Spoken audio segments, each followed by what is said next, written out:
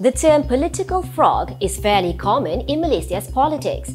It refers to MPs and assemblymen who jump ship. The term first emerged after several Parti Bersatu Sabah assemblymen defected to Barisan Nasional during the 1994 Sabah state elections, leading to the collapse of the Sabah government.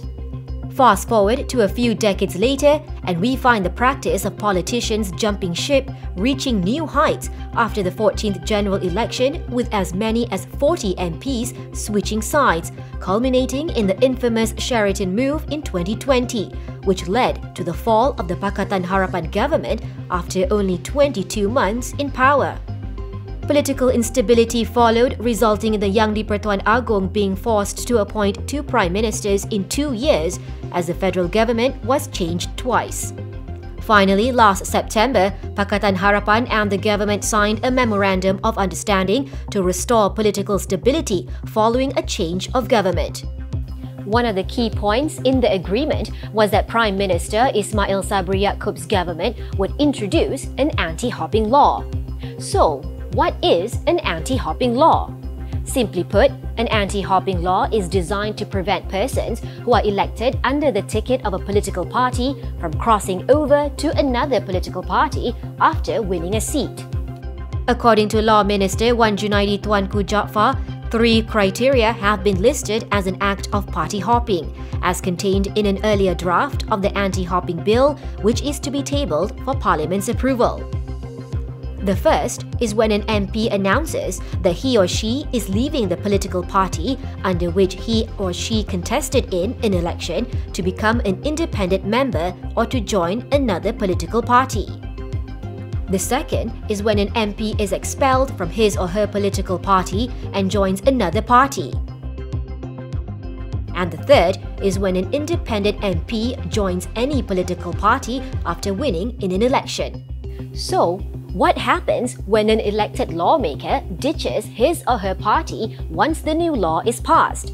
Can the person continue to hold on to the seat he or she had won at the polls?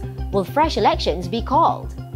On March 30th, Bernama reported Wan Junaidi as saying that a provision for recall elections will be included in the anti-hopping bill.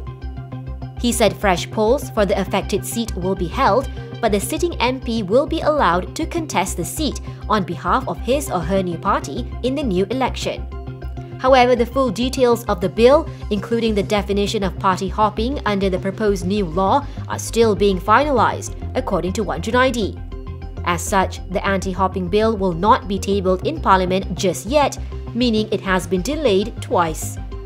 Lawyer Bastian Pius Vendargen said an anti-party hopping law was important to uphold the principles of constitutional and electoral rights. If the bill is not passed and does not become law, immoral representatives of political parties can continue to exploit their positions for personal gain, monetary or otherwise, at the expense of their voters. It also leads to political instability. He said there is a widespread belief that party hopping is done for personal gain and at the expense of the voters. However, the reason party hopping has not been outlawed all this while is because the federal court declared in 1992 that doing so would infringe upon one's freedom of association. So, to introduce an anti-hopping law, Parliament must approve a constitutional amendment to bypass the Apex Court's ruling. On Monday, April 11th, the government is expected to table amendments to the federal constitution in Parliament. The government says the amendments must be passed before the anti-hopping bill is tabled in the lower house. For the Rakyat, who want an anti-hopping law to be enacted before the next general election, it's still a waiting game. Nadia Azmi, FMT News.